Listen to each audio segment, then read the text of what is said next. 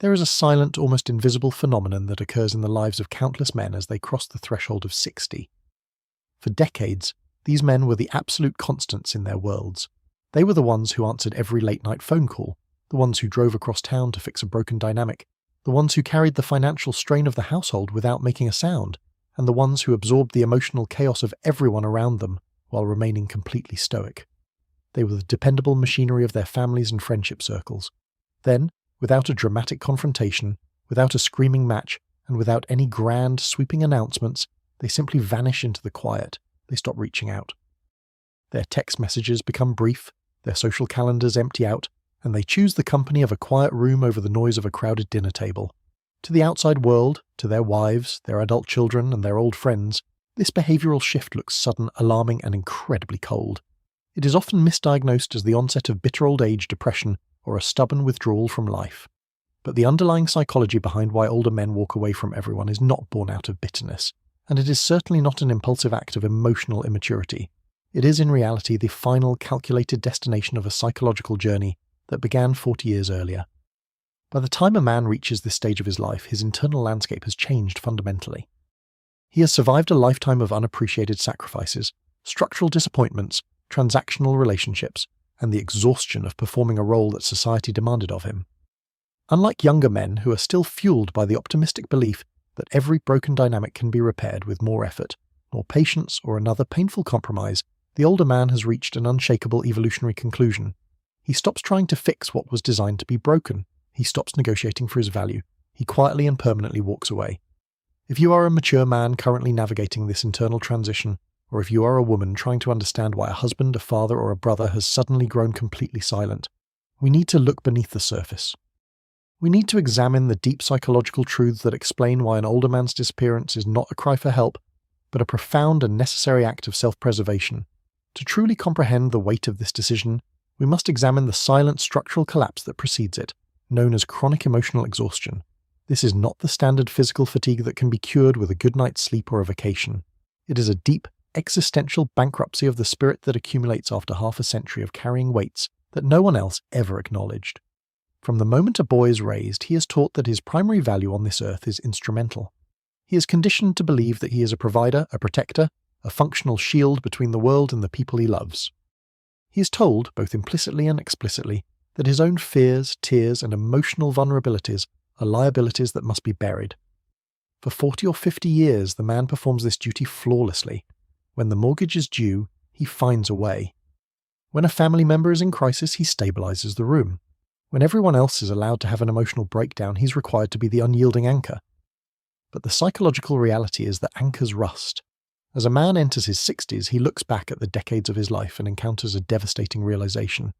He notices that while he spent his youth and middle age serving as the emotional and practical safety net for everyone around him, almost no one ever stopped to ask what he needed, how his heart was holding up, or who was protecting the protector. He spent a lifetime feeding everyone else from an empty plate. By the time he reaches this mature chapter, his emotional reserves are completely spent. He looks at the people in his life and realizes he no longer has the internal energy to manage their expectations, to smooth over conflicts, or to keep performing the character of the unshakable patriarch. He has given enough explanations, absorbed enough disrespect, and made enough compromises to last 3 lifetimes. When he walks away into the quiet, it is not an act of aggression or an attempt to punish his social circle. To his internal psychology, that silence feels like the first breath of clean air he has taken in 50 years. He is finally protecting the absolute last percentage of his life energy. Walking away is the moment the older man ceases to hold up a world that refused to hold him back. This emotional bankruptcy triggers a massive cognitive shift in how an older man perceives the possibility of human change. This is the moment he completely stops believing that effort can salvage a dysfunctional relationship. There is a profound psychological divide here between a man in his 30s and a man in his 60s. A younger man is still deeply invested in the narrative of rehabilitation. If a marriage is struggling, if a friendship is toxic, or if a family dynamic is draining, the younger man believes that if he just communicates a little more clearly, sacrifices a little more of his dignity, or shows a monumental amount of patience, the other person will eventually have an epiphany and treat him better. He operates on hope. The senior man, however, operates on data. By the time a man has lived for 6 decades, he has watched the human behavioral script play out thousands of times. He has heard the empty promises of reformation made during late-night arguments, only to watch them dissolve by the following afternoon. He has forgiven the exact same betrayal, the exact same manipulation, and the exact same emotional neglect over and over again. Eventually his brain stops processing what people say and focuses entirely on what they do. He begins to recognize behavioral patterns with the cold accuracy of a machine. This is why his departure always seems incredibly sudden to the people left behind. They assume he woke up on a Tuesday and decided to cut them off over a minor disagreement. What they do not understand is that the decision was made months or even years prior. The final argument was not the cause, it was simply the final data point that confirmed the pattern would never change. When an older man realizes that a person in his life is fundamentally incapable of offering respect, reciprocity, or peace, he completely refuses to engage in the exhausting theatre of confrontation. He doesn't scream, he doesn't issue ultimatums, and he doesn't demand an apology. He understands that a conversation will not transform a person's character if they have no desire to change. Therefore, he bypasses the argument entirely and silently creates distance. It is not coldness, it is the ultimate form of wisdom. He has simply learned that you cannot force someone to value you, and that choosing distance over constant disappointment is the only rational choice left. This total refusal to participate in superficial relationships is deeply connected to a radical identity transformation that occurs after the age of 60. For the vast majority of a man's life, his identity is tied entirely to his utility and his societal roles. He is defined by what he produces, what he earns, and who depends on him. He is the executive, the builder, the husband, the father, the reliable companion. These roles dictate his daily behavior, forcing him to wear a mask of compliance and strength even when he feels completely hollow inside. He sacrifices his authentic desires to maintain these titles because he has been told that his worth as a man depends entirely on his ability to execute these duties. But as the horizon of life shortens, as retirement strips away the corporate title, and as the children grow into independent adults, a profound existential awakening takes place. The older man stops looking outward for validation and starts looking inward. He begins to realize that the clock is ticking and the time he has left on this earth is finite and incredibly precious. He stops asking how he can better serve the roles that society assigned to him, and he begins asking a much cleaner question. What do I actually want from the years I have left? The answer for almost every mature man who has run the gauntlet of life is shockingly simple. It isn't fame, it isn't more wealth, and it isn't the superficial praise of a large social circle. The answer is unadulterated, absolute peace. Once an older man defines peace as his highest non-negotiable metric of success, his tolerance for interpersonal noise drops to zero. Dynamics that he used to endure for the sake of social etiquette or keeping the family peace, such as constant criticism, entitlement, emotional volatility, sibling rivalries, and narcissistic games, are no longer viewed as challenges to overcome. They are viewed as toxic liabilities that are actively shortening his lifespan. This is why people are so deeply offended when an older man cuts them off. They call him antisocial or bitter, because they cannot conceptualize a man who has outgrown the need for their approval. He has simply reached a developmental stage where protecting his internal sanctuary matters infinitely more than catering to anyone else's fragile ego. He understands that every single argument, every toxic interaction, and every emotionally draining person comes at a direct cost to his physical health and psychological stability. At this stage of his life, that currency is far too expensive to waste on people who do not bring calm to his storm. As this internal clarity solidifies, it forces the older man to confront one of the most painful, heartbreaking realizations of the male experience, the truth that he was very often loved for what he provided, rather than who he truly was. This is the unspoken tragedy that sits at the center of many long-term marriages, families, and friendships. For decades, the man operated as an ATM, a mechanic, an emotional punching bag, and a logistical rescue squad. As long as the financial support flowed without interruption, as long as he was fixing the problems, paying the bills, and saving everyone else from their poor decisions, he was welcomed at the table. He was told he was loved, but it was a conditional love based entirely on his performance. The moment he enters his 60s, perhaps because he retires, his income shifts, or he simply decides to step down from the exhausting role of the family savior, the nature of his relationships begins to change in a highly visible way. This is a deeply destabilizing and agonizing realization for a senior man. He starts to notice that the phone only rings when someone needs a loan, a logistical favor, or a free solution to a crisis. He realizes that genuine, soulful conversations about his well-being, his thoughts, or his internal life are virtually non-existent.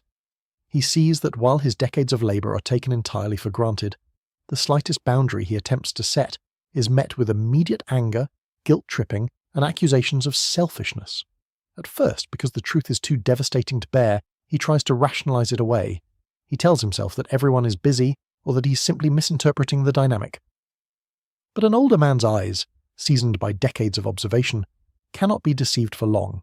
He eventually sees the transactional nature of his social and familial circle for exactly what it is.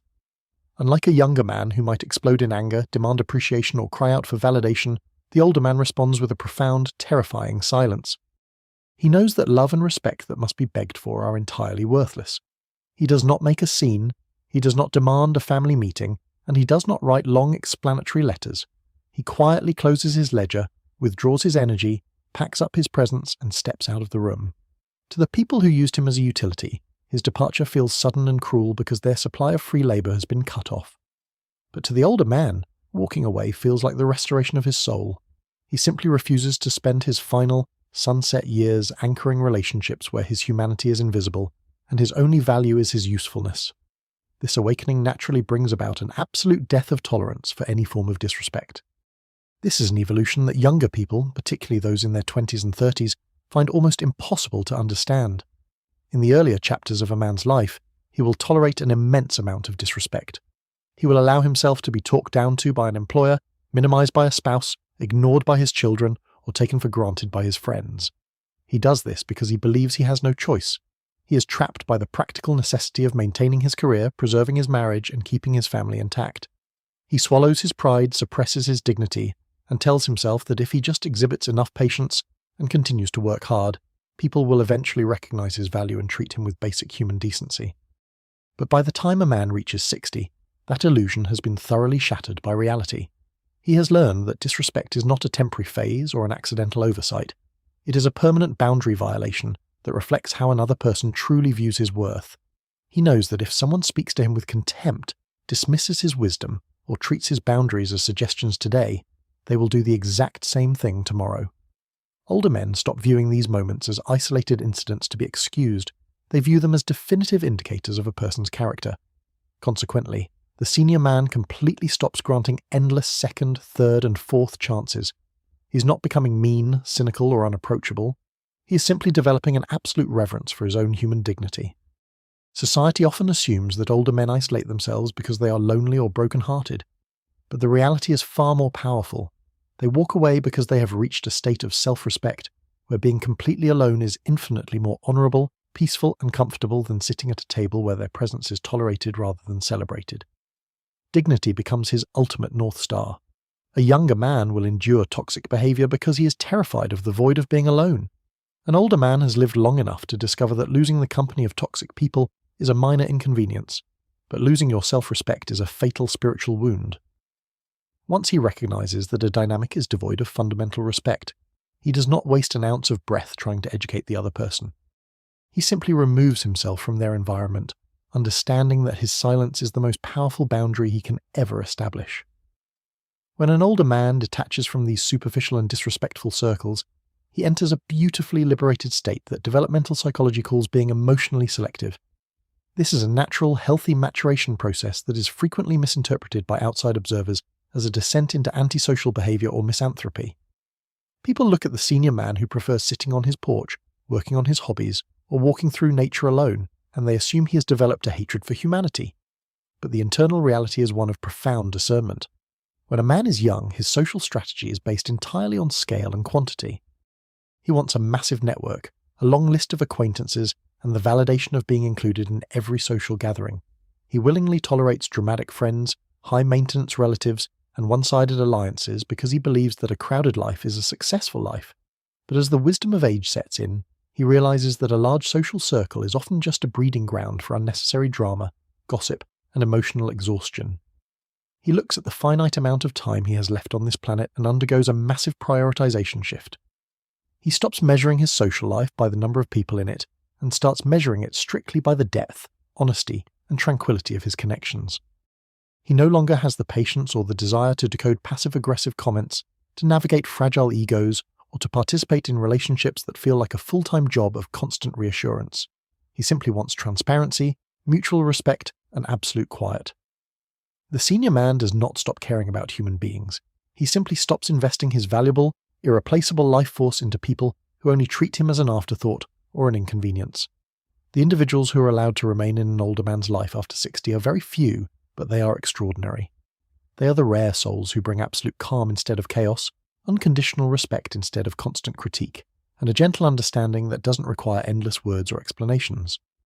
Everyone else, the superficial friends, the toxic relatives, the dramatic acquaintances, are quietly and elegantly faded into the background. For the mature man, this shrinking of his world is not a tragedy of isolation, it is a spectacular triumph of wisdom. He understands with absolute certainty that one single relationship built on genuine loyalty and peace is worth more than 10,000 connections built on pretense and noise. And once a man experiences the incredible, healing sanctuary of an emotionally selective life, he will never, under any circumstances, allow the chaos of the world to invade it again. This brings us to the final, most profound and most beautiful psychological truth behind why older men walk away from everyone. They have finally, after an entire lifetime of self-neglect, decided to care for themselves. The single greatest misunderstanding that family members and society hold is the belief that when an older man grows distant, he has stopped loving them or has given up on life. In reality, he hasn't given up on anything. He has simply chosen to stop giving himself away. Consider the massive sacrificial blueprint of the average man's life. For 40, 50 or 60 years, his own mental health, his own peace of mind, his personal dreams, and his emotional well-being were placed at the absolute dead bottom of his priority list. He woke up early and worked jobs he detested to ensure his children had opportunities he never had. He suppressed his own internal panic during economic downturns to keep his family feeling safe. He smiled through disrespect, bit his tongue during unfair arguments, and absorbed the emotional volatility of his environment just to keep the household from fracturing. He spent his entire existence operating on the deeply ingrained belief that a good man is a man who completely obliterates himself for the comfort of others. He made self-sacrifice his entire identity. But when he crosses into his 60s, looking at the deep lines on his face and realizing that his time on this earth is drawing closer to its natural conclusion, a quiet, devastating question echoes in his soul. Who has been protecting me? This question marks the birth of his liberation.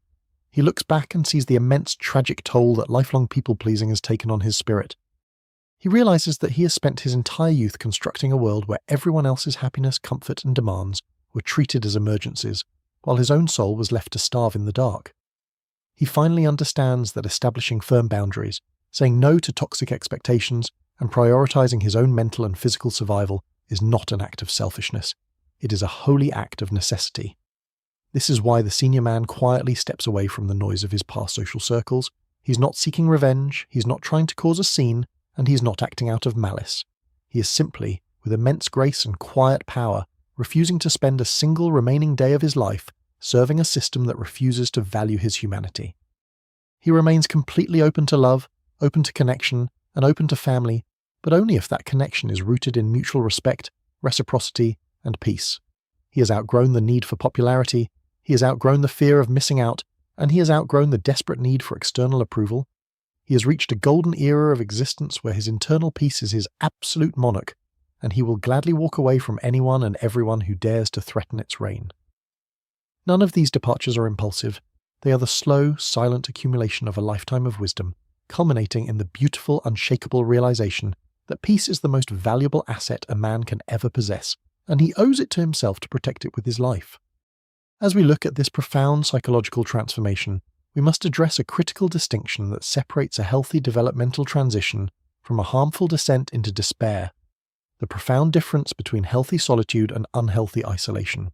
While it is completely natural, rational, and psychologically necessary for an older man to downsize his social circle and cut off toxic or transactional dynamics, there is a dangerous trap where a man can allow his boundaries to become a prison of bitterness. The wisest and most fulfilled senior men are not those who build an impenetrable fortress around their hearts and curse the entire human race from a distance. The truly successful older man is one who practiced extreme discernment rather than total exclusion. He ruthlessly removes the chaos, the manipulation, and the individuals who treat him as a tool of convenience, but he leaves his heart and his door wide open to genuine sincerity, quiet loyalty, and true, unpretentious companionship. He doesn't isolate himself from the beauty of human connection, he merely isolates himself from the theatre of human drama. He finds immense, profound joy in the quiet company of a loyal partner, the rare friend who demands nothing but his presence, or the simple, uncomplicated love of a pet or grandchildren who see his soul rather than his wallet. He uses his solitude not as a shield of anger, but as a peaceful sanctuary to restore his health, engage with his passions, and cultivate a quiet mind. For the women watching this, the wives, daughters, and sisters who are trying to navigate the silence of an older man in their lives, please understand that he does not need you to fill his world with frantic noise or force him back into social circles he has outgrown. He needs you to honour his need for quiet, to validate the massive unseen sacrifices he made for decades, and to provide a safe, respectful harbour, free of demands and emotional pressure. And for the men who are walking this path right now, who feel the pull of the quiet and the urge to step away from the noise, understand that this chapter of your life is not an ending. It is the beginning of your most authentic self. You have run the race, you have carried the weight, you have paid your dues to society, and you have officially earned the right to sit in a quiet room with an undisturbed mind. You no longer owe anyone an explanation for who you are. Surround yourself only with those who bring calm to your days, and let the rest of the world fade away. Because at the end of this journey, your peace of mind is the only true wealth you will take with you. So I leave you with this question to carry in your heart today. If you were to strip away your utility, your money, and your performance, do the people currently in your life love you for who you are, or are they just waiting for what you can provide? Think about that carefully, protect your peace, and take care of your soul.